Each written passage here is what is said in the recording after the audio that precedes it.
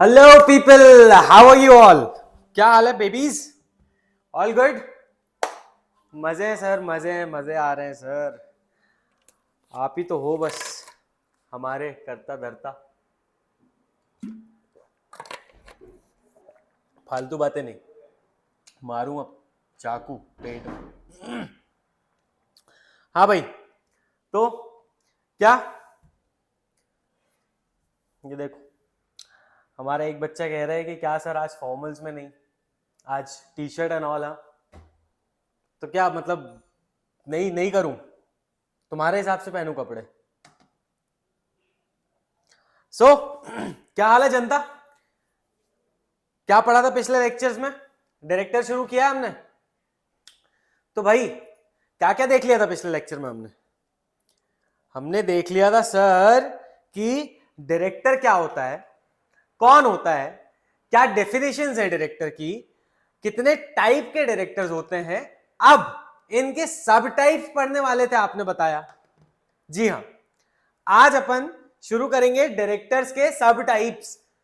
दो टाइप्स के directors, executive, non executive. Executive कौन? जो whole time activities, whole time और डे टू डे एक्टिविटीज में अपना इन्वॉल्वमेंट रखता है। और नॉन एग्जीक्यूटिव कौन? जो मीटिंग्स में आते हैं, बोर्ड मीटिंग अटेंड करने आते हैं। ठीक है, आगे देखेंगे कि कौन कौन क्या क्या डेजिग्नेशन होल्ड करता है, कौन कौन कैसे कैसे डायरेक्टर्स होते हैं। ओके, बढ़े चलो। सबसे पहले आज अपन देखेंगे कि भाई हमारा पहला जो डायरेक्टर है वो कहलाता है फर्स्ट डायरेक्टर। अब ये फर्स्ट डायरेक्टर कौन होता है सर? आपका फर्स्ट डायरेक्टर वो होता है जिसको आपके प्रमोटर्स, कौन?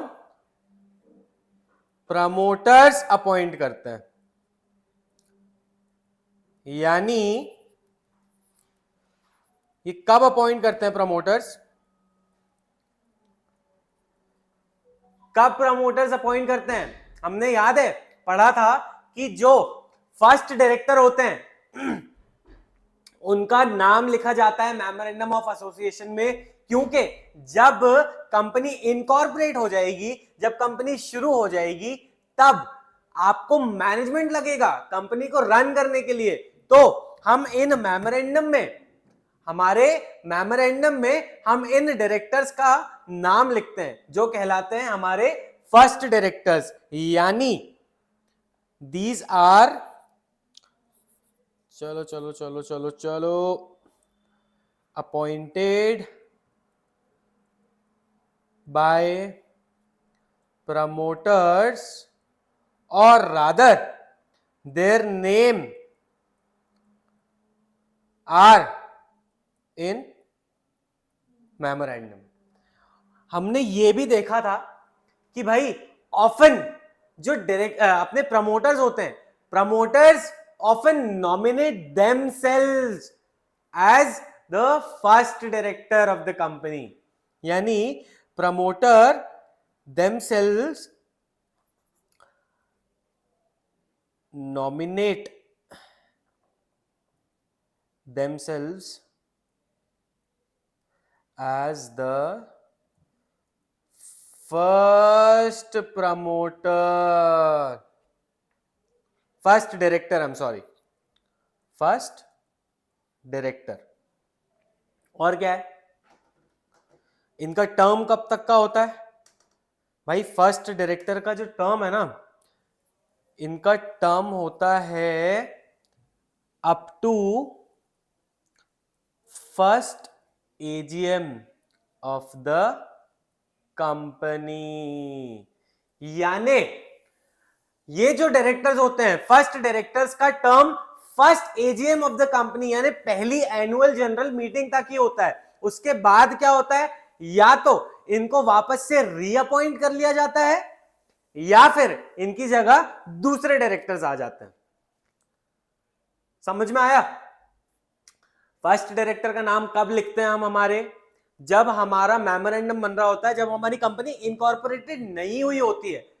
हम अपने डायरेक्टर्स का नाम अपने मेमोरेंडम में इसलिए लिखते हैं कि भैया कंपनी तैयार हुई, उसको मैनेजमेंट लगेगा, तो उस मैनेजमेंट को कौन संभालेगा।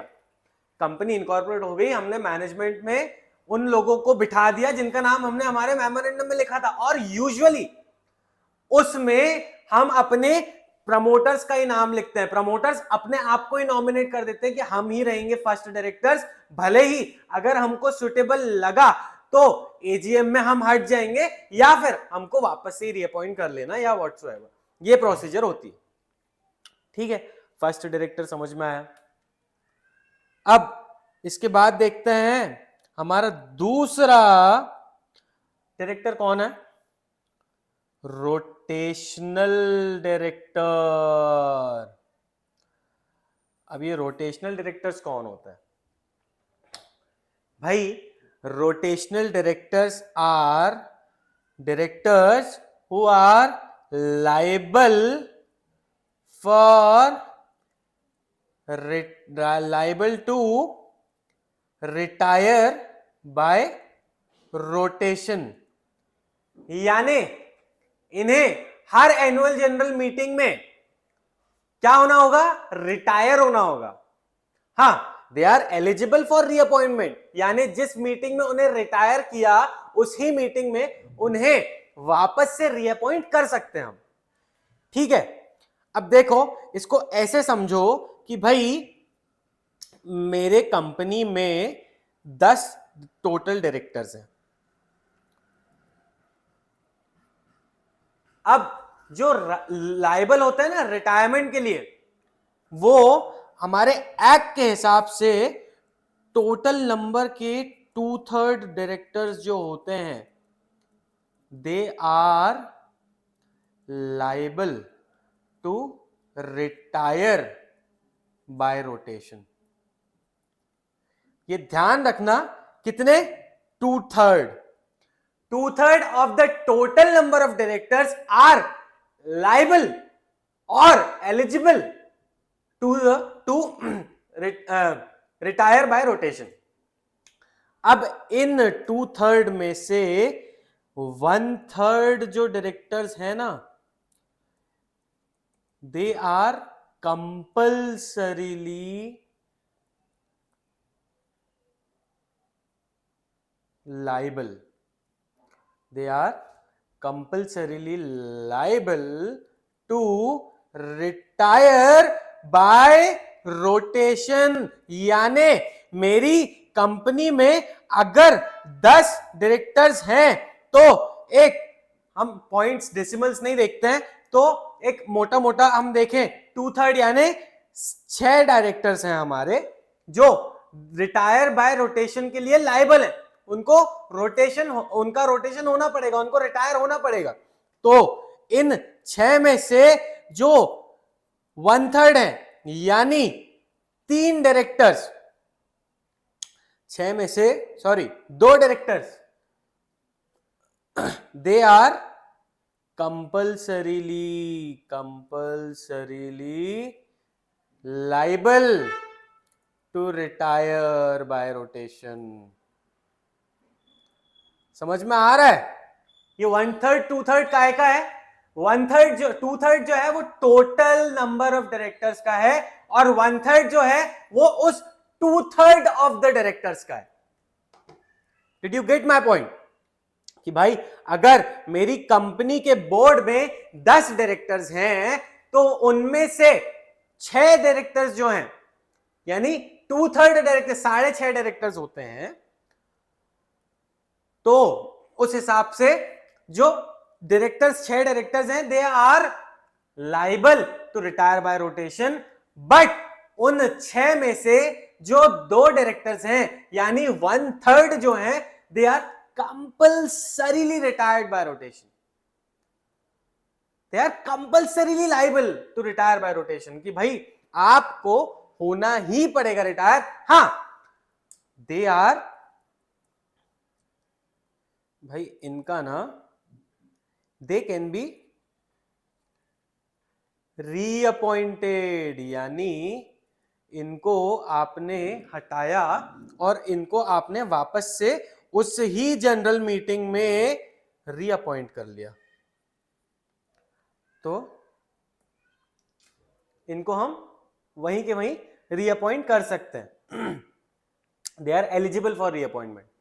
ठीक है, चलो भाई ये भी समझ में आ गया। अब हम देखते हैं कि ये जो टोटल नंबर ऑफ डायरेक्टर्स है ना हमारे, ये टोटल नंबर ऑफ डायरेक्टर्स जो हैं इनमें हम नॉमिनी डायरेक्टर को नहीं इंक्लूड करते हैं, इसमें हम इंडिपेंडेंट डायरेक्टर को नहीं इंक्लूड करते हैं। ठीक है, उसके अलावा और किसको नहीं इंक्लूड करते हैं? एनीवन? भाई मैनेजिंग डायरेक्टर को नहीं इंक्लूड करते हैं, होल टाइम डायरेक्टर को नहीं इंक्लूड करते हैं। They are not liable to retire by rotation. क्यों? आगे देखेंगे, जब हम नॉमिनी पढ़ेंगे मैं तब आपको ये रेफरेंस दूंगा, जब हम एमडी के बारे में जानेंगे मैं तब आपको ये रेफरेंस दूंगा, जब हम अपने इंडिपेंडेंट डायरेक्टर के बारे में जानेंगे तब मैं आपको इसका रेफरेंस दूंगा। ठीक है, अभी आगे बढ़े। अभी देखते हैं कि भाई हमारा तीसरा डायरेक्टर कौन है, कौन सा है?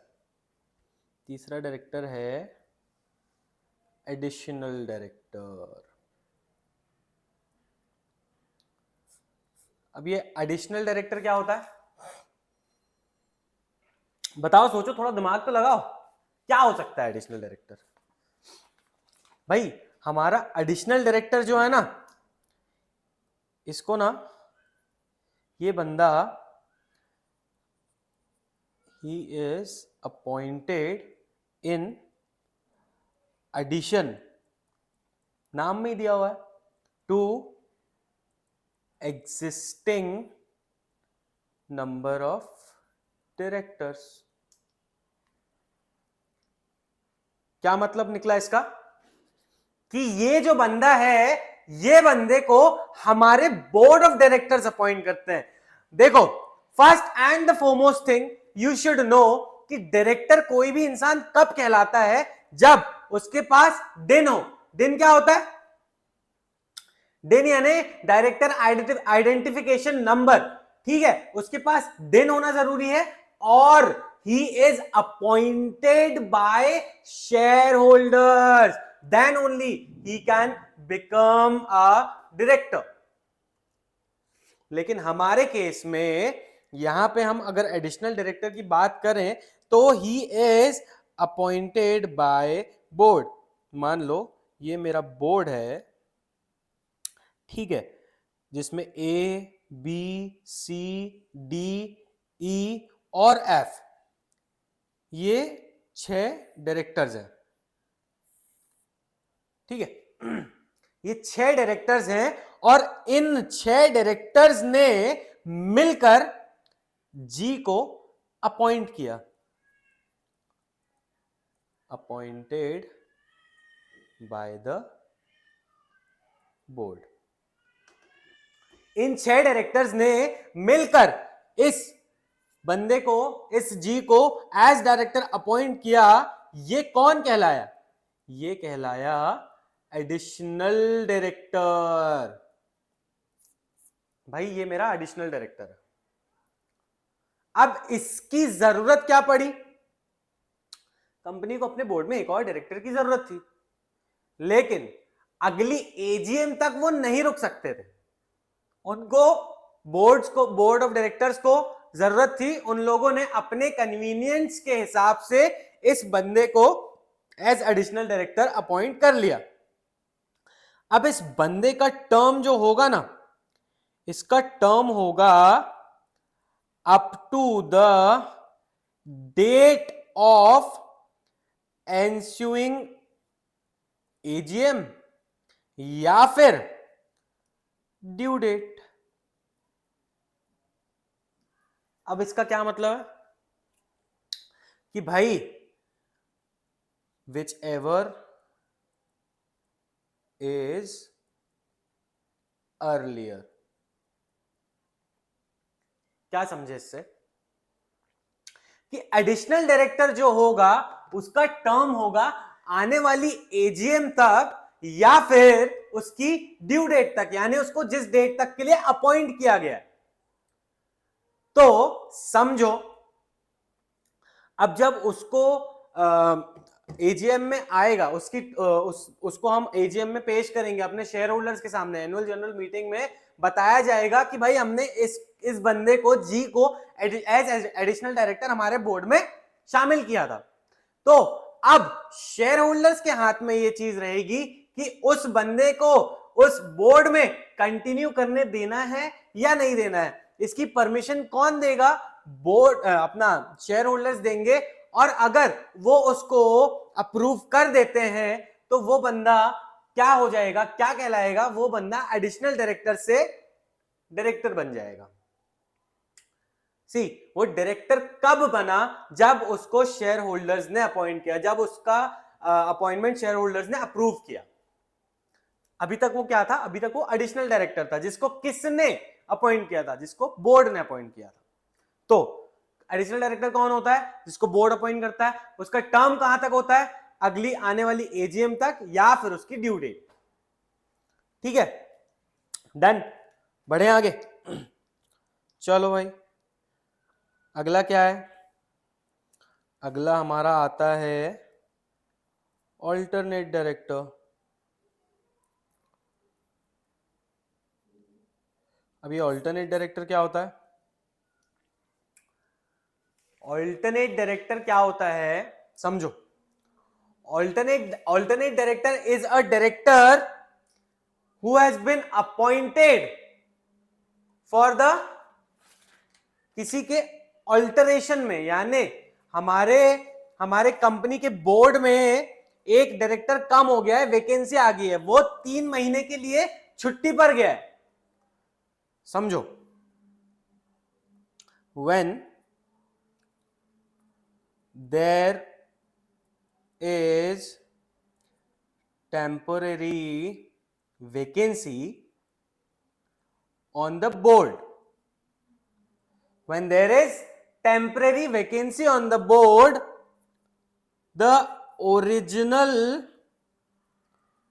director has gone out of India. देखो ये समझना जरूरी है, that the original director has to be outside the country for not less than 30 days. भाई कोई बंदा हमारे बोर्ड का कोई बंदा, हमारा डायरेक्टर इंडिया के बाहर गया हुआ है, कितने दिन के लिए? कम से कम 30 दिन के लिए। ठीक है, 30 दिन के लिए हमारा बंदा, हमारा डायरेक्टर बाहर गया हुआ है। तो भैया इसको क्या होगा? Board can appoint someone else as an alternative or alternate director. अब अल्टरनेट डायरेक्टर को हमने अपॉइंट कर लिया। क्यों अपॉइंट कर लिया?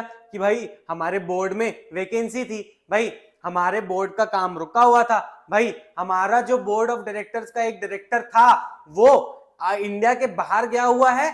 कब तक के लिए गया है? 3 महीने के लिए थी, या 3 महीने से ज्यादा के लिए इंडिया से बाहर गया हुआ है। इसीलिए हमने क्या किया है? हमने एक अल्टरनेट डायरेक्टर अपॉइंट कर लिया है। अब देखो इस बंदे को कौन अपॉइंट करता है? ये हमने देख लिया, हमारा बोर्ड अपॉइंट करता है।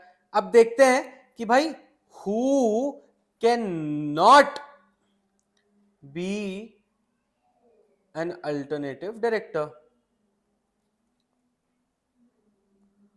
An alternate director. तो कौन नहीं बन सकता भाई अल्टरनेट डायरेक्टर? जो ऑलरेडी क्या है? जो ऑलरेडी डायरेक्टर है, या फिर someone who is already an alternate director. समझे क्या भाई? कोई बंदा है जो डायरेक्टर है, ऑलरेडी डायरेक्टर है, हम उसको अल्टरनेट डायरेक्टर नहीं रख सकते। या फिर कोई बंदा है जो ऑलरेडी एक कंपनी में अल्टरनेट डायरेक्टर है, तो हम उसको भी अल्टरनेट डायरेक्टर नहीं रख सकते। इसका टर्म कहां तक होता है भाई? अल्टरनेट डायरेक्टर का टर्म होता है till the original director comes back to India। अब भाई आपने बोला कि सर कोई डायरेक्टर आ गया इंडिया में, उसने बताया ही नहीं। तो अब बताया नहीं तो फिर कैसे तुमको पता चलेगा कि वो इंडिया में है ना? बेतुके के सवाल मत करो, अपना दिमाग मत लगाओ फालतू का कि भाई अगर इंडिया के बाहर है या इंडिया में आ गया है और आपको बताया नहीं कि वो आ गया है, तो आपको पता कैसे चलेगा? कुछ भी कोई सेंस है इस बात का? तो ऐसा नहीं होता। क्यों नहीं बताएगा? बताना तो पड़ेगा ना। और जिस दिन वो आ गया, चाहे वो ऑफिस आए या ना आए, हमारे अल्टरनेट डायरेक्टर का टर्म उस दिन खत्म हो जाता है। ठीक है भैया, अल्टरनेट डायरेक्टर जो है हम तभी अपॉइंट कर सकते हैं, alternate director can only be appointed, बताओ, व्हेन देयर इज अथॉरिटी। कहां पे अथॉरिटी होनी चाहिए? इन दी आर्टिकल्स ऑफ द कंपनी। भाई मेरे आर्टिकल्स में अथॉरिटी ही नहीं है कि मैं एक अल्टरनेट डायरेक्टर अपॉइंट कर सकता हूं, तो मैं कैसे करूंगा? मैं नहीं कर सकता। ठीक है। या फिर हमारे शेयर होल्डर्स ने बोला कि भाई, शेयर होल्डर्स ने, अरे अरे अरे बेशरम, हमारे शेयर होल्डर्स ने अप्रूवल दिया इन जनरल मीटिंग कि हाँ अपॉइंट कर लो, तो हमने कर लिया। ठीक है, समझ ला, बढ़े आगे। चल, अब हमारा नेक्स्ट जो डायरेक्टर है, देखते हैं क्या है ये, क्या फिफ्थ, विमेन डायरेक्टर। भैया नारी शक्ति जिंदाबाद। हमारा पांचवा डायरेक्टर कौन है? Women director. अब विमेन डायरेक्टर के बारे में क्या कहता है हमारा कंपनीज एक्ट कि भाई, इसके ना दो सेगमेंट रखा हमारे कंपनीज एक्ट ने कि अगर कोई लिस्टेड कंपनी है, लिस्टेड कंपनी क्या होती है देख लिया है, बिल्कुल बकवास नहीं सुनूंगा इस बारे में। लिस्टेड कंपनी है तो आपको कंपलसरी एक विमेन डायरेक्टर तो रखनी है, कंपलसरी वन विमेन डायरेक्टर। ज्यादा रखना तो ज्यादा रखो, पूरी विमेन डायरेक्टर रखना पूरी रखो, साथ में बर्बाद होंगे। तो भाई एक विमेन डायरेक्टर रखना बहुत जरूरी है आपको लिस्टेड कंपनी में। लेकिन वहीं अनलिस्टेड कंपनी है, अनलिस्टेड पब्लिक कंपनी है, तो आपको दो चीजें, अगर आपकी क्या, देखो आपकी शेयर कैपिटल जो है, पेड अप शेयर कैपिटल जो है आपकी, अरे अरे अरे अरे, इसीलिए ना इंसान को नई चीज नहीं ट्राई करना चाहिए, जिसमें वो काम कर रहा होता है उसमें ही करना चाहिए। समझो, तो पेड अप शेयर कैपिटल जो है आपकी किसकी, अनलिस्टेड पब्लिक कंपनी की, अनलिस्टेड पब्लिक कंपनी की पेड अप शेयर कैपिटल अगर 100 करोड़ और मोर यानी 100 करोड़ या उससे ज्यादा है, या फिर आपका टर्नओवर जो है वो 300 करोड़, अरे 300 करोड़ और मोर है, तो in either of the cases आपको at least 1 women director compulsory appoint करना है। ठीक है, समझ गए अपन विमेन डायरेक्टर। बढ़े आगे, नेक्स्ट क्या है हमारा, नेक्स्ट है हमारा नॉमिनी डायरेक्टर। भाई नॉमिनी डायरेक्टर क्या होता है? सर आपने बताया ही नहीं, हमको क्या मालूम, आप बताओगे तो पता चलेगा ना। हाँ तो बता रहा हूं ना मेरी जान, आया क्यों मैं, तुम्हें ही तो सिखाने आया हूं मैं यहां। तो भाई समझो, हमारा नॉमिनी डायरेक्टर क्या होता है? नॉमिनी डायरेक्टर वो होता है जिसको who has been appointed by, देखो, who has been appointed by central government और स्टेट गवर्नमेंट, या फिर कोई बैंक या फिर फाइनेंशियल इंस्टीट्यूशन, ठीक है, या फिर कोई लार्ज शेयर होल्डर ने अपॉइंट करवाया है। ठीक है, अब कोई सेंट्रल गवर्नमेंट क्यों कोई नॉमिनी डायरेक्टर अपॉइंट करने बोलेगी कंपनी को अपने बोर्ड पे? क्योंकि हो सकता है that government is of the opinion कि भाई आपकी कंपनी में कहीं ना कहीं कोई मिसकंडक्ट हो रहा है, कहीं ना कहीं कोई फ्रॉड हो रहा है, इसीलिए हम हमारा एक रिप्रेजेंटेटिव आपके बोर्ड में बिठा रहे हैं। If there is any fraud or misconduct, then if there is any fraud or misconduct in the company, ठीक है, बैंक इंस्टीट्यूशन, बैंक और फाइनेंशियल इंस्टीट्यूशंस क्यों बिठा सकता है? कि भाई आपने कोई लोन लिया होगा, हो सकता है आपका कोई लोन है, कोई ट्रांजैक्शन है, तो बैंक ने बोला कि भाई हम चाहते हैं कि हमारा एक रिप्रेजेंटेटिव आपके बोर्ड में होना चाहिए, तो उन्होंने अपना रिप्रेजेंटेटिव बिठा दिया। अब भाई लार्ज शेयर होल्डर है, लार्ज शेयर होल्डर है, बहुत सारे शेयर्स हैं इसके पास, अगर कल को कंपनी में कोई फ्रॉड हुआ तो इसकी लुटिया डूब जाएगी भाई, मर जाएगा ये। तो इसने क्या किया, अपना एक रिप्रेजेंटेटिव बिठा दिया। ठीक है, आ रहा है ना समझ में? अब समझो ये नॉमिनी डायरेक्टर्स जो हैं ये मैक्सिमम कितने टर्म के लिए हो सकते हैं? 3 इयर्स। मैक्सिमम टर्म कितना हो सकता है इनका? 3 साल हो सकता है।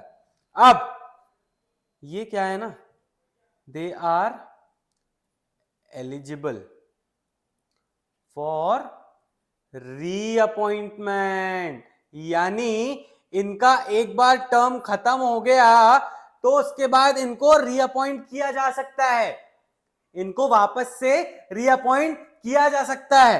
बट हमने देखा था ना, nominee director is not liable to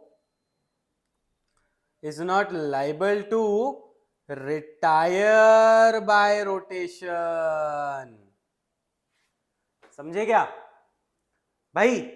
मेरा जो नॉमिनी डायरेक्टर है वो रिटायर बाय रोटेशन के लिए लायबल नहीं है।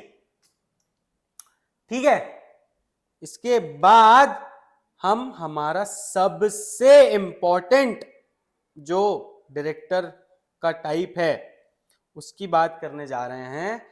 ध्यान से सुनना, बहुत जरूरी है।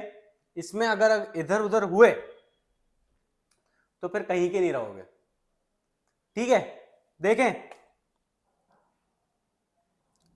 क्या है, independent director.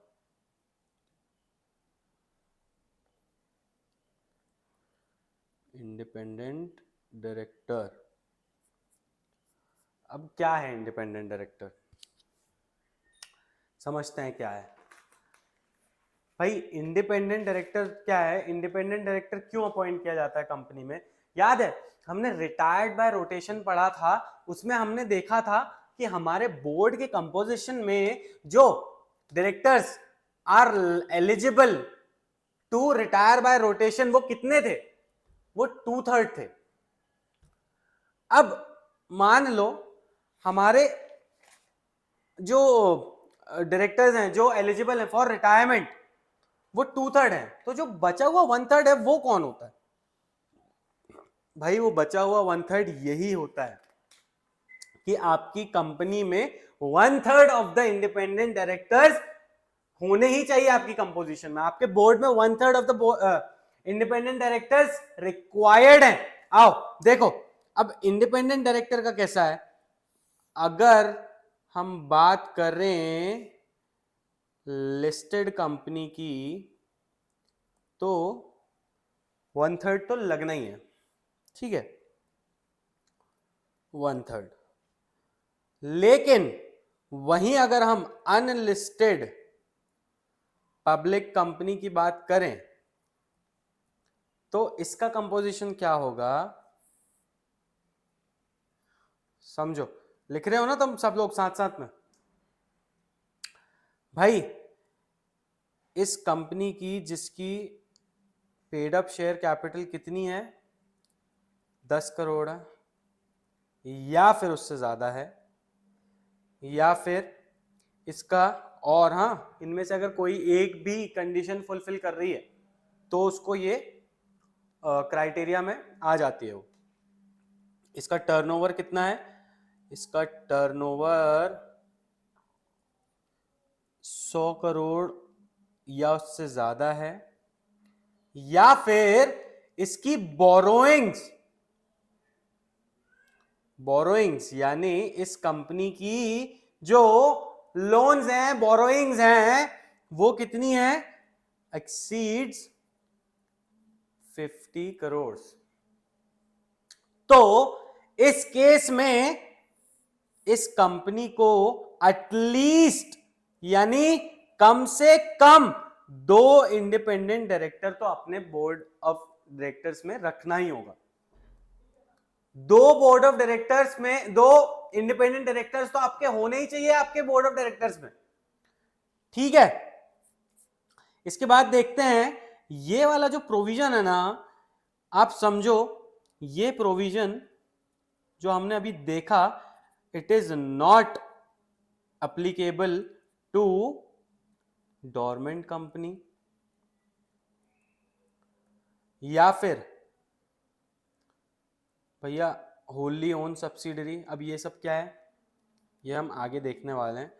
Holi own subsidiary यानी जिसमें होल्डिंग कंपनी के 100% शेयर्स हैं, होली ओन्ड सब्सिडरी या फिर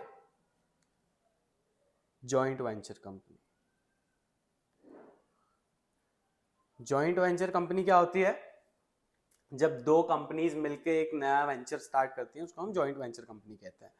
ठीक है भाई, नॉमिनी जो नॉमिनी डायरेक्टर होता है वो इंडिपेंडेंट डायरेक्टर नहीं होता है। ठीक है, नॉमिनी डायरेक्टर अलग है, इंडिपेंडेंट डायरेक्टर अलग है। अभी हम देखेंगे कि इंडिपेंडेंट डायरेक्टर क्या होता है। ठीक है, इंडिपेंडेंट डायरेक्टर की ना बहुत बड़ी एक डेफिनेशन दी है, उसको हम देखेंगे कि क्या है ये। भाई आपको इंडिपेंडेंट डायरेक्टर होने के लिए क्या क्या रिक्वायरमेंट्स है? You are not related to any of the director. आप किसी डायरेक्टर से रिलेटेड नहीं है, या फिर आप किसी डायरेक्टर के रिलेटिव से रिलेटेड नहीं है।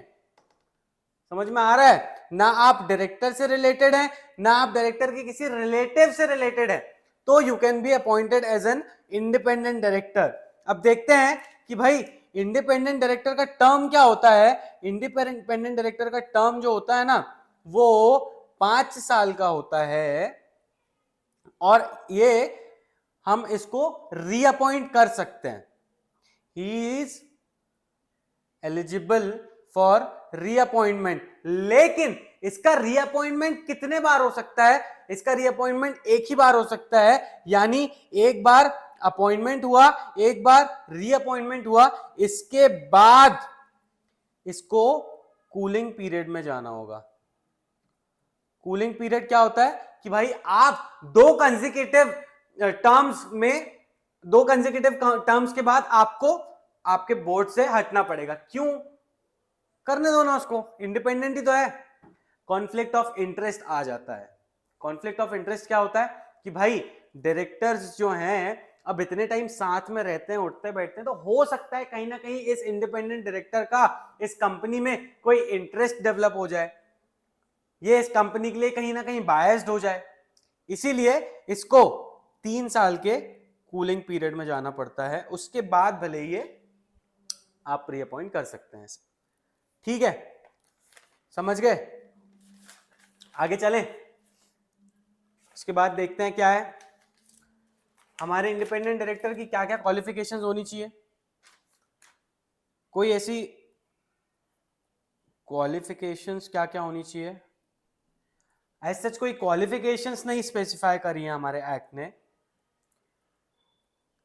ठीक है, इसके बाद आपका एक्सपीरियंस जो है, एक्सपीरियंस होना चाहिए in the area of law, finance, accounts, commerce etcetera. इसमें आपका क्या है, थोड़ा सा एक एक्सपीरियंस रहता है तो डायरेक्टर का इंपैक्ट अच्छा आता है। ऑब्वियसली यार, इतने बड़ी पोजीशन में कुछ तो एक्सपीरियंस होना चाहिए ना। ठीक है, इसके बाद अपन देखते हैं कि भाई हमने नंबर ऑफ मेंबरशिप देख ली है कि डायरेक्टर्स कहाँ पे कितने लगते हैं कंपनीज में। ठीक है, इसके बाद हमारे आखिरी डायरेक्टर की बात करते हैं, जो कि है स्मॉल शेयर होल्डर डायरेक्टर। देखो आपकी बुक में ना एग्जीक्यूटिव और नॉन एग्जीक्यूटिव भी दिया हुआ है, तो हमने एग्जीक्यूटिव और नॉन एग्जीक्यूटिव पहले ही देख लिया। ठीक है, इसीलिए हम एग्जीक्यूटिव और नॉन एग्जीक्यूटिव को हमारे इस टाइप में नहीं पढ़ रहे हैं, क्योंकि हमने ऑलरेडी देख चुका है कि एग्जीक्यूटिव कौन होता है और नॉन एग्जीक्यूटिव डायरेक्टर कौन होता है। तो अब हमारा ये लास्ट शेयर होल्डर जो है कौन कहलाता है? Small share holder director. हमारा जो लास्ट डायरेक्टर है ये कौन है? ये है स्मॉल शेयर होल्डर डायरेक्टर। अब इसको हु होल्ड्स द, इसको अपॉइंट कौन करता है एक बार देखो। पर्सन हु होल्ड्स, ये अरे यार, who holds the shares of nominal value यानी फेस वैल्यू अप टू ₹20,000। ये वो बंदा है जो 20,000 तक की फेस वैल्यू के शेयर्स होल्ड करता है कंपनी में। ठीक है, अब क्या होता है ना, ये छोटे शेयर होल्डर्स के लिए कोई सोचता नहीं है, छोटे शेयर होल्डर्स की कोई सुनता नहीं है। तो ये सारे छोटे शेयर होल्डर्स जो 20,000 तक की नॉमिनल वैल्यू के शेयर्स होल्ड करते हैं, ये सब मिलकर अपना एक रिप्रेजेंटेटिव बिठाते हैं कंपनी में। ठीक है, आओ देखते हैं। Application should be signed by 1000 in numbers या फिर 1/10 of total small share holders, small share holders whichever is lower। यानी मेरे पास कंपनी के मान लो मिलाकर छोटे छोटे शेयर होल्डर्स को मिलाकर 10% शेयर्स हैं, ठीक है। या फिर मेरे 1000 छोटे छोटे शेयर होल्डर्स जिनने 20,000 तक की नॉमिनल वैल्यू के शेयर्स लेकर रखे हैं, इन्होंने मिलकर साइन किया कहां, एप्लीकेशन में, कि भाई हम अपना रिप्रेजेंटेटिव बिठाना चाहते हैं, तो board will have to consider this. ठीक है, आगे देखते हैं। अब इसका टर्म कितना होता है भाई, इसका ना मैक्सिमम टर्म जो होता है ना वो 3 साल का होता है and he is not liable to retire by rotation. ठीक है, क्या क्या देखा हमने, सारे टाइप्स देख लिए, क्या क्या टाइप के डायरेक्टर्स होते हैं, है ना। देखो थोड़े टेक्निकल टर्म्स हैं, you will have to grasp all that, इसलिए मैं स्लो जा रहा हूं थोड़ा, इस चैप्टर में थोड़ा सा स्लो ही जाएंगे, आराम से जाएंगे, एक एक कंसेप्ट को आराम से समझेंगे। इसके बाद ना डायरेक्टर्स की पावर डिस्कस करेंगे। अभी हमने क्या देख लिया, अभी हमने कौन कौन से डायरेक्टर्स होते हैं, किस किस टाइप के डायरेक्टर होते हैं वो देख लिया, और उनकी टर्म्स देख ली कि भाई कितने टर्म्स के लिए वो डायरेक्टरशिप रखते हैं, डायरेक्टरशिप होल्ड करते हैं। ठीक है, अगले चैप्टर में, अगले लेक्चर में हम देखेंगे कि भाई हमारे डायरेक्टर्स की पावर क्या क्या होती है। ठीक है, सो नेक्स्ट लेक्चर में मिलते हैं। Till then peace out, love you all, bye.